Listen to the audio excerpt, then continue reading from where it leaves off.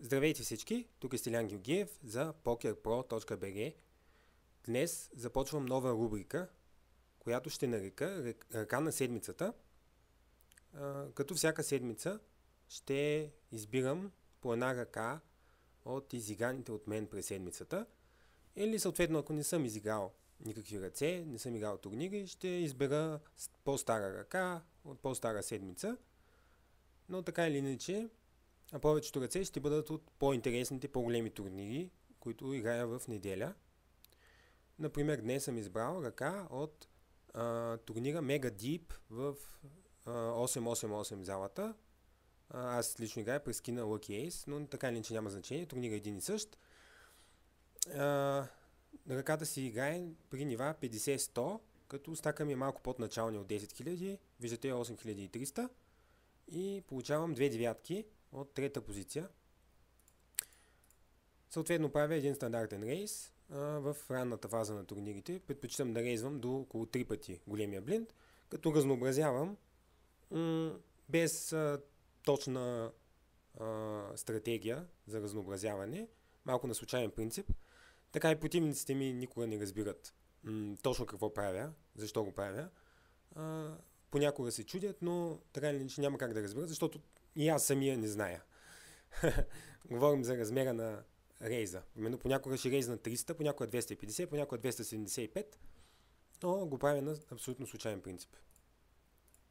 Така, от бутона получавам ререйз от играч, който, понеже ръката съм играл вчера, си спомням много добре, от играч, който пишеше, че от Канада, и за него имах информация, че най-вероятно е професионалист от малкото ръце, които сме играли заедно, но по принцип повечето хора от Канада, които са записали турнир на това ниво, с $200 вход, са добри играчи, професионалисти. Затова ще продължим да играем ръката с тази информация. Така, понеже сме дълбоки, смятам, че от бутона той може да рейзне сравнително широк рейндж. Нещо от сорта на десятки плюс или валета плюс. Всяко сютета со, да кажем. Някакви бродове карти, като поп и дама сютет. Сравнително широк рейндж, който срещу който с девятки играе сравнително добре. И при положение, че сме доста дълбоки, аз съм почти длъжен да платя този 3-бет, защото той не е чак толкова голям, сравнително малък размер, което е странно. Аз лично бих предпочел да рейзна малко повече в тази ситуация. Така, ние трябва да доплатим около 400 чипа и получаваме доста добри pot-odds. Също така за сет имаме много добри шансове. Така че 1 към 20 implied odds за сет трябва да платим преди флопа и при положение, че често ще имаме и по-добрата ръка, въпреки че сме извън позиция и понякога може да е трудно да продължим. Ние не се страхуваме толкова от това, когато играем срещу някой, който знаем, че може да направи 3-бет на блъф. И идва идеалния флоп, 8-9 асо. Ще кажете какво толкова е интересно на тази ръка. Да видим как се развива. Ние чекваме, което е стандартно. Няма какво друго да направим, освен да чекнем. И противника ни чеква. Извинете. Сега тук е първото място, където трябва да се спрем и да разберем защо нашия противник решава да чекне на флопа. По принцип, когато хората са рейзнали преди флопа, имат инициативата, обаче на флопа пада со хайборд и те решават да чекнат отзад. Това по принцип говори, че ръката им не е толкова силна.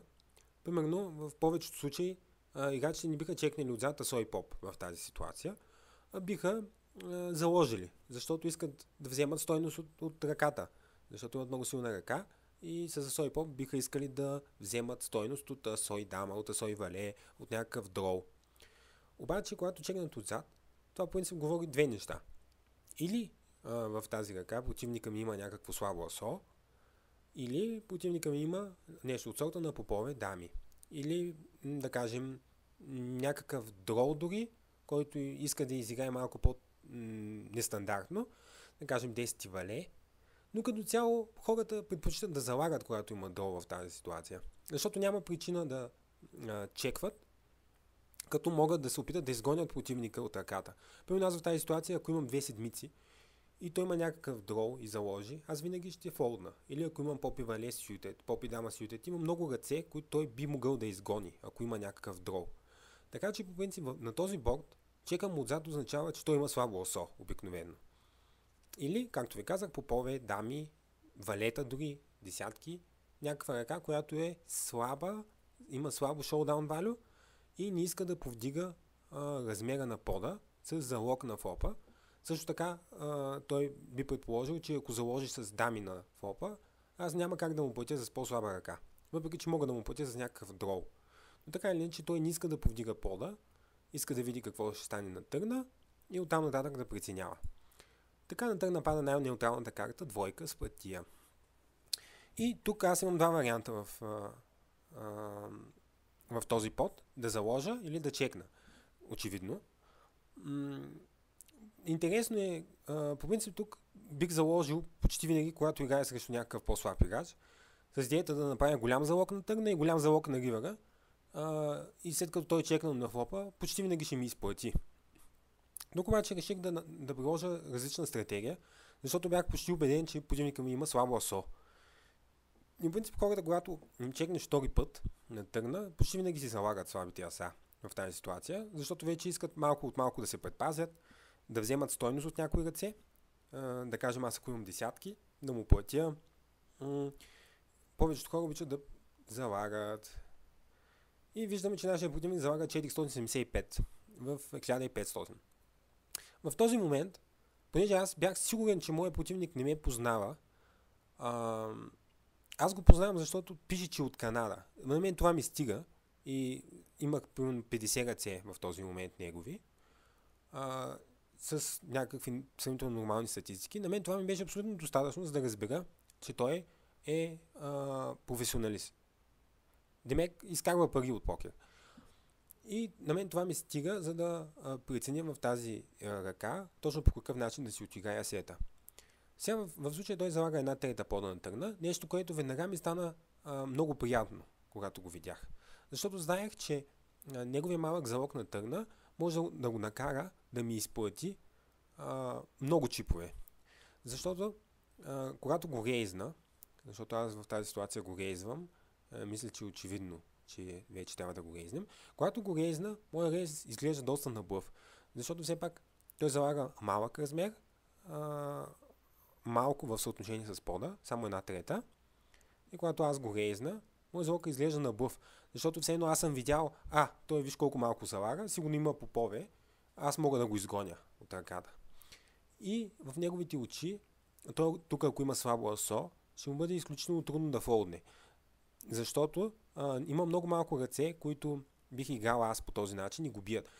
Примерно, ако имам асо и дама, никой не бих играл по този начин, не бих чек рейзнал търна.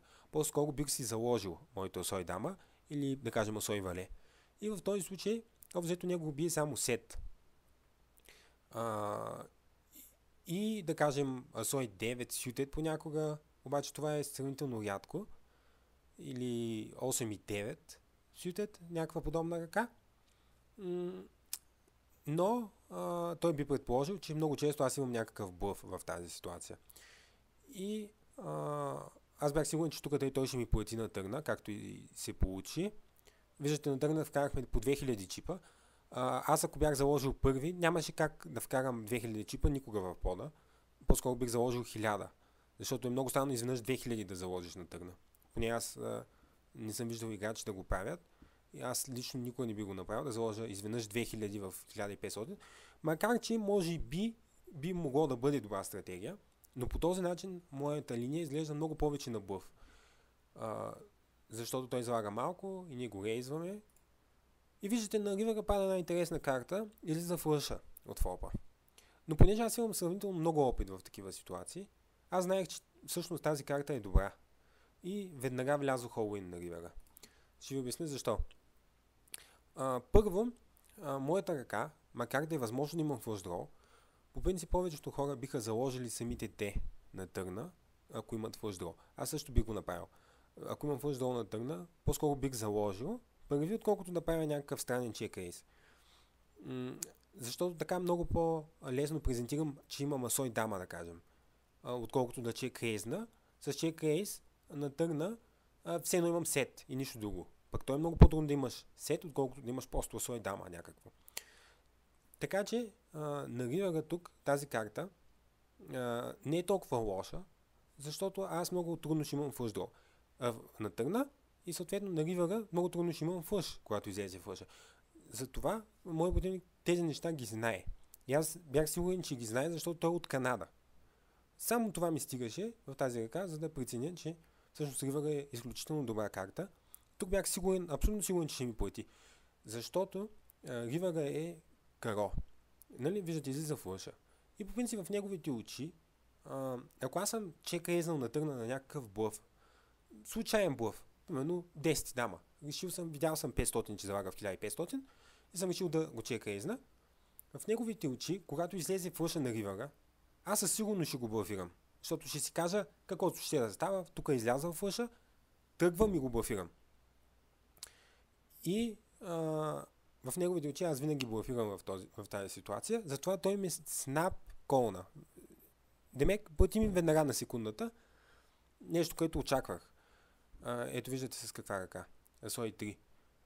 В случая това е добър играч и той за себе си не е направил грешка в тази ситуация, защото той не ме познава. Ако знаеше, че аз съм доста добър играч и в тази ситуация никой не бих блъфирал по този начин, той нямаше да ми плати. Но аз знаех, че той няма достатъчно информация и в случая без информация той за себе си взел правилното решение и съм сигурен, че после не е съжалявал дори за това решение. Аз също бих играл на него място по този начин ръката, ако играя срещу слаб, непознат играч, който предполагам, че е слаб. Срещу професионалист никога не бих играл по този начин. Така, мисля, че долу-горе обясних всичко в тази ръка. Очаквам от вас да задавате някакви въпроси, до уточнения и така нататък в форума на pokerpro.bg. И така, до следващата седмица. Тук беше с вас Стилян Георгиев за pokerpro.bg.